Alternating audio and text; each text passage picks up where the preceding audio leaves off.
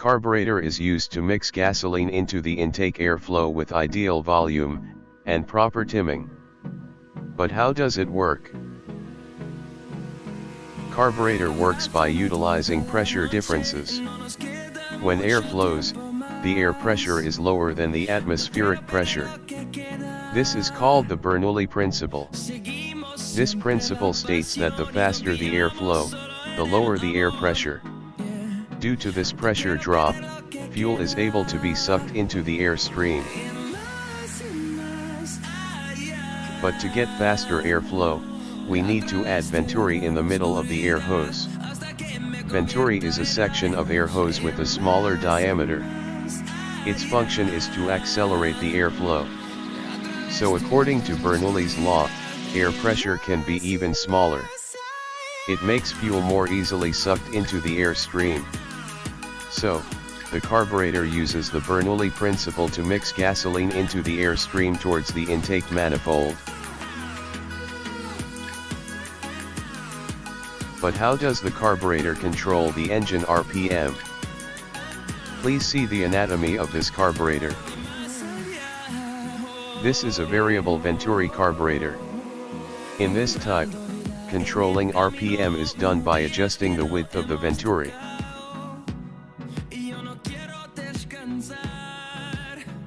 So before we go on, we should know some important parts of this carburetor. First, the piston. It functions to regulate the width of the venturi. Main jet. It is used to distribute fuel into the venturi. Idle air channel. It is an additional channel to flow the air at idle RPM. Pilot jet. It functions to distribute fuel to the idle air channel. The last, there is an idle jet. This is a pointed needle that adjusts the width of the main jet according to the piston position.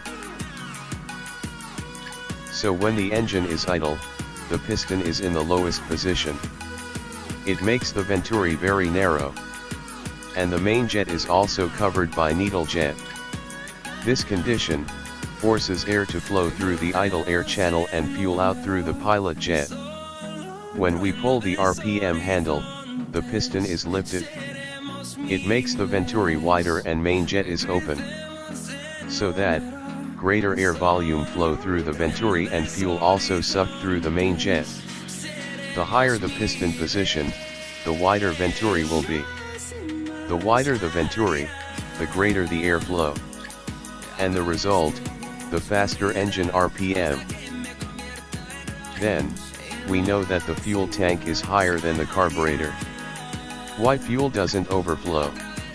Apparently, there is a float system that makes the fuel doesn't overflow. This system only utilizes float movement to close the fuel from the tank. So, when the fuel in the float chamber is empty, the float goes down and the float needle is open. That makes gasoline fill the float chamber. When the gasoline is full, the float rises and the needle also closes the fuel. So, there is no fuel flow to the float chamber. It makes the gasoline doesn't overflow. When the gasoline in the float chamber decreases, the float drops and the gasoline returns to fill the float chamber. And the last, you must be confused by the screws on the side of carburetor. The screws are used to control the idle RPM. First, the idle air screw. It is used to adjust the width of the idle air channel.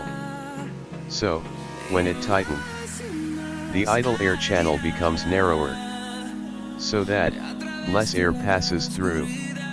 Second, the piston screw. It will adjust the height of the piston when idle.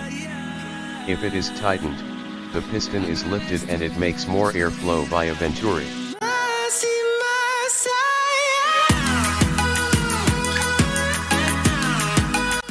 Hopefully useful, and subscribe for more.